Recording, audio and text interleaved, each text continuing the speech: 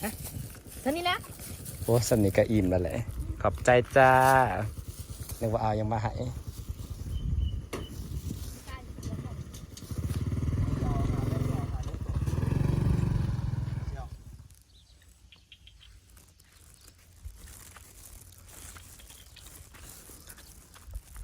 มาจากมือเนี่ยนะหามือครบ50 มื้ออะไรคือไวแท้เมื่อวานบอยู่เวียงนะฮะ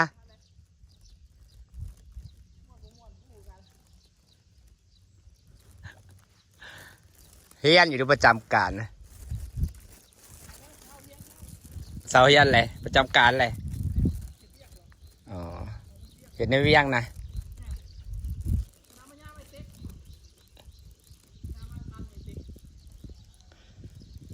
ไม่ได้คอง่ายลงมาจะแถวพี่ปะอ๋อปีหนา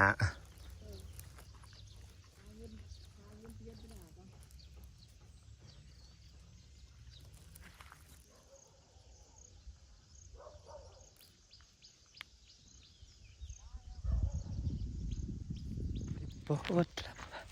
สบายดีจ้าสบายดีพี่น้องสบายดีสุขุสุขดครับสวัสดีตอนเย็นนะคะบรรยากาศดีพี่น้องตอนเย็น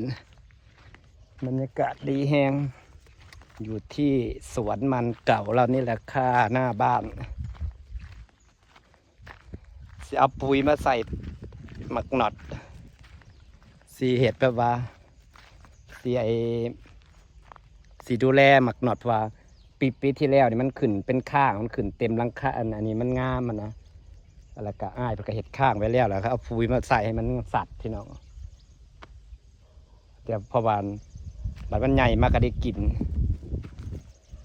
ใหญ่มากก็ได้กินนี่เพิ่นเห็ดข้างไว้มาก็เลยเอาปุ๋ยมาใส่เดี๋ยวจะเห็ดอันนี้เป็นที่ดินของอันอ้ายของอ้ายผู้ที่2นะคะนี่เพิ่นเห็ดข้างไว้แล้วข้างไว้แล้วเดี๋ยวกระสีให้มันขึ้นเต็มข้างนี่ก็พอได้มาถ่ายคลิปนะคะมันขึ้นข้างมันออกมากแต่งามๆนะพี่น้องหมกหนอดนะอันประเทศไทยก็ประเทศไทยเสาวรสประเทศไทยเรียกเสาวรสบรรยากาศกสิประมาณนี้กสิมีเทียงนาน้อยมีตูบหน่อยเพิ่นตอนนั้นตอนเห็ดเทือนนี่พอล่าใหม่ๆก็เอาตูบหน่อยเพิ่นนี่แหละเอาตูบหน่อยเพิ่นนี่แหละมาอยู่มานอนก่อนเอาผ่าตังอ้อมแล้วก็นอนตอนนั้นเห็ดเทือนอะไรใหม่ๆเนาะผ่าตังอ้อมแล้วก็นอนตอนนี้หมักหนอดมันกำลังขึ้นเครือพี่น้องกาเครือมันสีใหญ่แต่มันก็สีไปไว้เครือสวรสนี่เนาะเราเป็นหมากกสิโดกงามก็คือเสียหายความหมายของอ้ายก็คือว่าเสียหายอันนี้นะให้มันข้างมันขึ้นไปในหลังคาตูบนี่ถาเบิ่งรถไปน้องประมาณจักเดือน1-2 เดือนมันสีทัวหลังคาตูบพอทัวหลังคาตูบปุ๊บมันก็สีงามในบัดนี้มันก็สีงามหลังคาตูบมันก็ลมผัดไปครึ่งหนึ่งแล้วล่ะแต่ว่าวิวเป็นตะนั่งเล่นนี่พี่น้องวิวเป็นตะแบบว่ามานั่งกินข้าวชิวๆแบบนี่นั่งชิวๆปิกนิกย่างนั่นย่างนี่เนาะวิวงามบ่ก็จะเอาปุ๋ยมาใส่เพิ่นสัตว์แป๊บเดียวน้องเดินนี่คันมันได้ขึ้นไปนี่มันคือเดะออกมาพี่วะแป๊บเดียวได้มันได้ขึ้นมานี่แป๊บเดียวเดี๋ยวนางสิไปแปลงให้มันเข้าไปในอยู่แป๊บเดียวก็ทั่วหลังคาเลยนี่ข้างล่างก็สิเป็นอันนี้แก้วมังกรนี่อันนี้สิเป็นตูบหน่อยของอายพอเป็นที่ดินอายเอากระสิ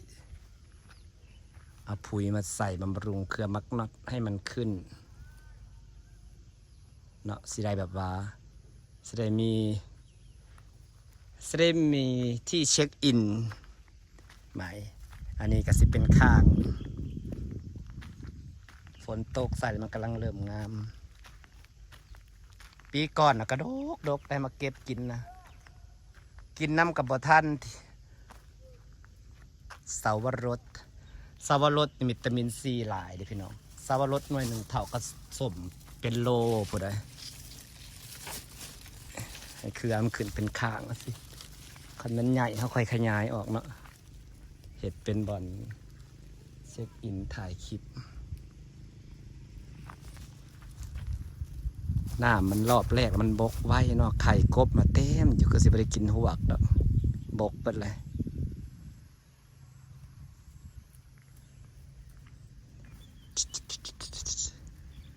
สิไปใส่ปุ๋ยกันเด้อพี่น้องขา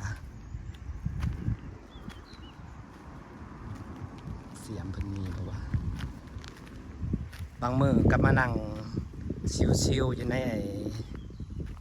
ปูเพิ่นนี่เด้ก็ได้บรรยากาศอีกแบบเด้นี่บักหนัดมันกำลังงาม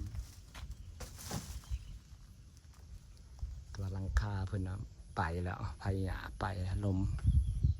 แห้ง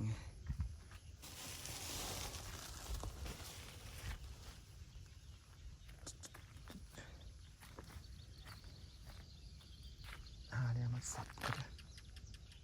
สวัสดีอีกเทื่อนึงนะคะพี่น้องค่ะ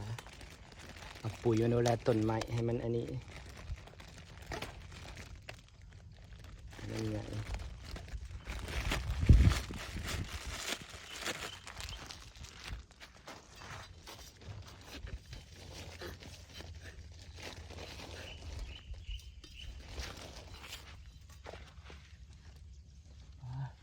เครือมันเริ่มใหญ่เลยเด้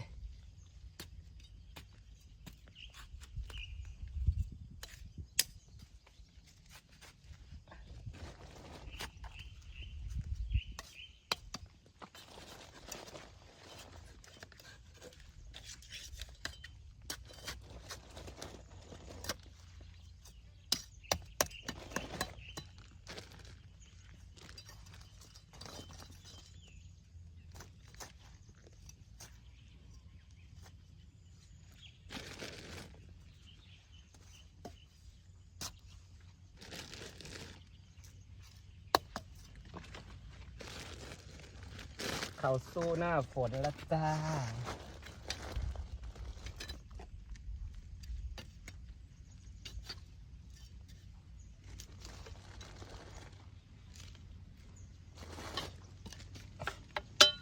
เป็นแก้วมาก่อน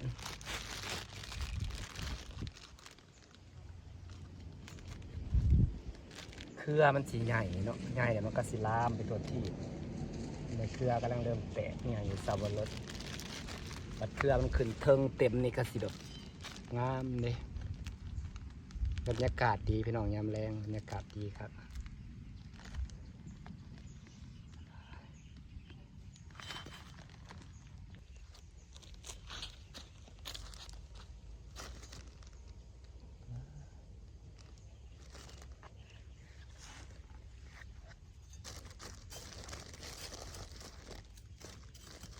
มื่ออื่นว่าสิไปหาหน่อไม้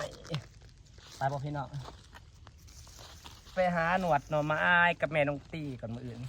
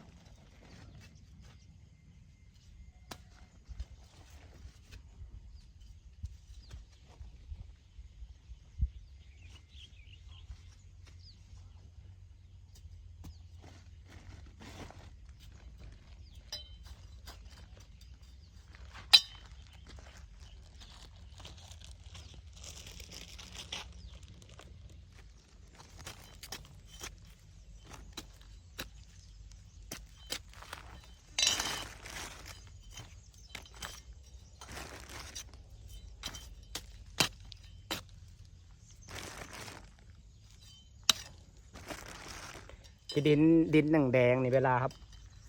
ปลูกยังมันแบบอยากงามอยู่เนาะแบบเพิ่นหมักกับดินคูนดินแดงๆนี่นะ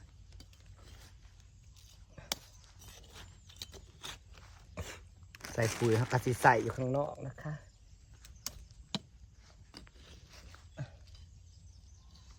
โตเร็วๆนะลูกหากมักนอดมันไม่ได้กินไวพี่น้องอันอยู่ไทยเขาเอิ้นสับปะรดมันไม่ได้กินไวจักหน่อยได้นี่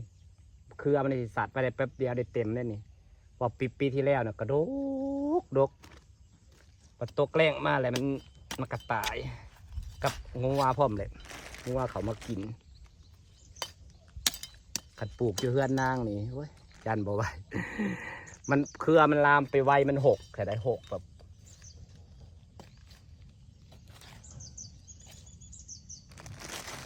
เครือมันนี่สียาวสีไกลให้มันหกก็ได้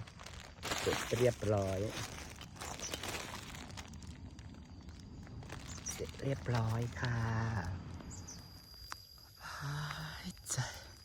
จะเห็นเมื่อนั้นน้ำขาวถีบโอ้ยแสบตีนอันนี้ค่ะคือข้างหมักหนัดนะคะขับมาแล้วก็วิวเนาะบ้านนอกเฮาวิวกับสิเป็นตะยูแบบนี้แหละพี่น้องคึมสีคำตูบน้อยตูบนี่แหละง่าย3-4 บอลง่ายเลยตอนแรกอยู่ในเฮือนออมแอมแล้วก็ง่ายออกมาตอนนางเห็ดเฮือนพอนางเห็ดเฮือนแล้วล่ะก็ง่ายมาไว้บอลนี่เพราะว่าง่ายเพิ่นกว่าสิเห็ดเฮือนน้อยอยู่เพิ่นว่าหรือว่าเห็ดพอได้อยู่บอกเดี๋ยวนี้คนส่วนใหญ่กับเพิ่นอยากออกมาอยู่นอกกันพอค่อยอยากจุกกินอยู่ในบ้านเลยพี่น้องมันแบบมันแออัดเนาะส่วนใหญ่ก็อยากออกมาอยู่นอกมากกว่าหมักน็อตกำลังขึ้นเครือสักหน่อยมันก็สิกวมหลังคาตูบในเบิดเด้ตัวหลังคาตูบเบิดกะนี่จ้ะหาก็จะได้อยู่ใต้ร่มไม้ที่อันชุ่มเย็นปล่อยมันลอยลงมาเนาะปล่อยมันลอยลงมางามฝั่งนู้นก็จะเป็นบ้านนาง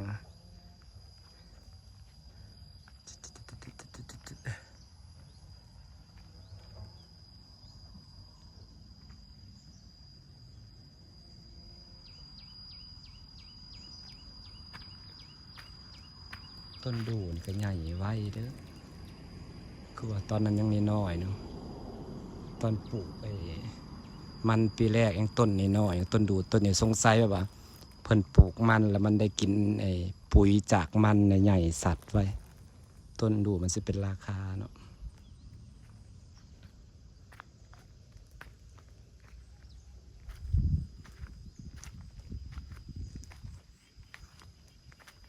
เสร็จแล้วเราก็จะเอาไป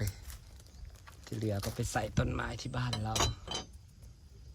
ใส่มักน็อตไว้กินเฉยๆเสาวันรถพี่น้องบรรยากาศดี